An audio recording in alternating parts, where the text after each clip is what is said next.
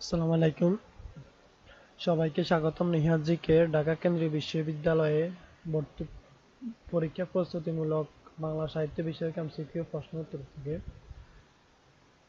আমরা আজকে আলোচনা করব বাংলা সাহিত্য থেকে আসা বিভিন্ন বিশ্ববিদ্যালয় ভর্তি পরীক্ষা এবং বিসিএস সহ বিভিন্ন জব পরীক্ষায় বিগত সালের আসা বাংলা গুরুত্বপূর্ণ প্রশ্নগুলো। তো আমাদের প্রথম প্রশ্নটি হচ্ছে, বাংলা সাহিত্যের আদি নিদর্শন কোনটি? বাংলা সাহিত্যের আদি নিদর্শন হচ্ছে চর্যাপদ। বাংলা সাহিত্যের আদি নিদর্শন কোনটি? চর্যাপদ। সন্ধি ভাষা কোন সাহিত্যকর্মের ভাষার অপর নাম? সন্ধি ভাষা হচ্ছে চর্যাপদের অপর নাম। সন্ধি ভাষা হচ্ছে চর্যাপদের অপর নাম। শ্রীকৃষ্ণ কীর্তন কাব্য কে রচনা করেন? শ্রীকৃষ্ণ কীর্তন কাব্য রচনা করেন বরুচণ্ডী দাস। কে রচনা করেন? বরুচণ্ডী দাস। বাংলা সাহিত্যের মধ্যযুগের প্রথম নিদর্শন কোনটি? শ্রীকৃষ্ণ কীর্তন কাব্য। বাংলা সাহিত্যের মধ্যযুগের প্রথম নিদর্শন কোনটি? শ্রীকৃষ্ণ কীর্তন কাব্য। ইউসুফ জুলেখা কাব্য কে রচনা করেন? ইউসুফ জুলেখা কাব্য রচনা করেন শাহ মোহাম্মদ সগীর। লাইলি মজনু কাব্যের রচয়িতা কে? লাইলি মজনু কাব্যের রচয়িতা হচ্ছেন দৌলত কাজী। কে?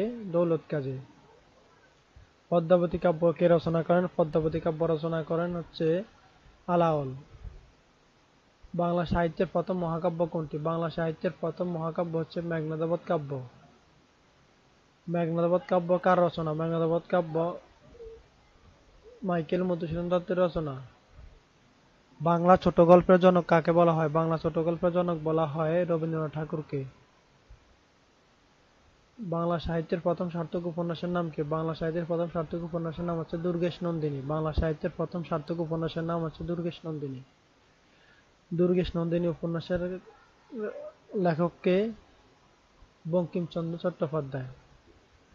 বিষবৃক্ষ উপন্যাসের প্রধান চরিত্র কোনটি? কুন্দনন্দিনী, সূর্যমুখী, নগেন্দ্র সবগুলাই। গীতাঞ্জলি কাব্যের রচয়িতা কে? গীতাঞ্জলি কাব্যের রচয়িতা হচ্ছে রবীন্দ্রনাথ ঠাকুর। গীতাঞ্জলি কাব্য রচয়িতা হচ্ছে রবীন্দ্রনাথ ঠাকুর। বিদ্রোহী কবিতাটি কে লিখেছেন? বিদ্রোহী কবিতাটি লিখেছেন কাজী নজরুল ইসলাম। বিদ্রোহী কবিতাটি কে লিখেছেন? কাজী নজরুল ইসলাম। ভোরের পাখি কাকে বলা হয়? ভোরের পাখি বলা হয় বিহারীলাল চক্রবর্তীকে। ভোরের পাখি বলা হয় কাকে? বিহারীলাল চক্রবর্তীকে ভোরের পাখি বলা হয়। বাংলার স্কট বলা হয় কাকে? বাংলার স্কট বলা হয় বঙ্কিমচন্দ্র চট্টোপাধ্যায়কে। কাকে? বঙ্কিমচন্দ্র চট্টোপাধ্যায়কে। কবর নাটকটি কে লিখেছেন? কবর নাটকটি লিখেছেন মনির চৌধুরী। কবর নাটককে লিখেছেন মনির চৌধুরী লিখেছেন। লাল সালু উপন্যাসের রচয়িতা কে? লাল সালু উপন্যাসের রচয়িতা হচ্ছেন সৈয়দ ওয়ালিউল্লাহ। এটি একটি উপন্যাস। পদ্মা নদীর মাঝি উপন্যাসের লেখক কে? পদ্মা নদীর মাঝি উপন্যাসের লেখক হচ্ছেন মানিক বন্দ্যোপাধ্যায়। কে? মানিক বন্দ্যোপাধ্যায়। পথের পাঁচালী উপন্যাসের রচয়িতা কে? পথের পাঁচালী উপন্যাসের রচয়িতা হচ্ছেন মানিক বন্দ্যোপাধ্যায়, বিভূতিভূষণ বন্দ্যোপাধ্যায়। বিভূতিভূষণ বন্দ্যোপাধ্যায়। আরণ্যক উপন্যাসের লেখক কে? আরণ্যক উপন্যাসের লেখক হচ্ছেন বিভূতিভূষণ বন্দ্যোপাধ্যায়। কে? বিভূতিভূষণ বন্দ্যোপাধ্যায়।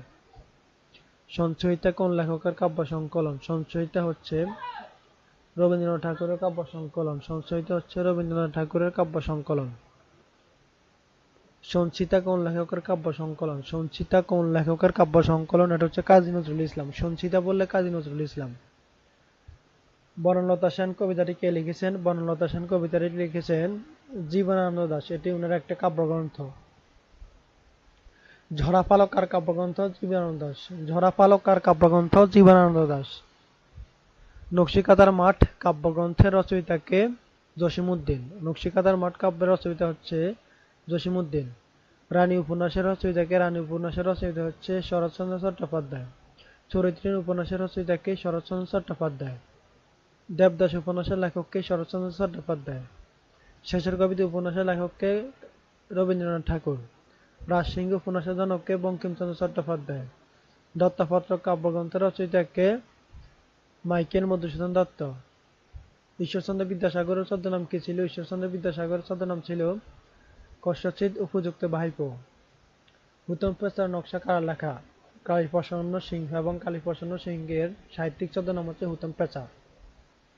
টেকচাঁদ ঠাকুর কার ছদ্মনাম? প্যারীচাঁদ মিত্র। কার ছদ্মনাম? প্যারীচাঁদ মিত্র। তো আজকে আমাদের এতটুকু পর্যন্ত ক্লাসটা থাকলো। ক্লাসটা কেমন লাগলো সবাই শেয়ার করবেন এবং কমেন্ট করে জানাবেন।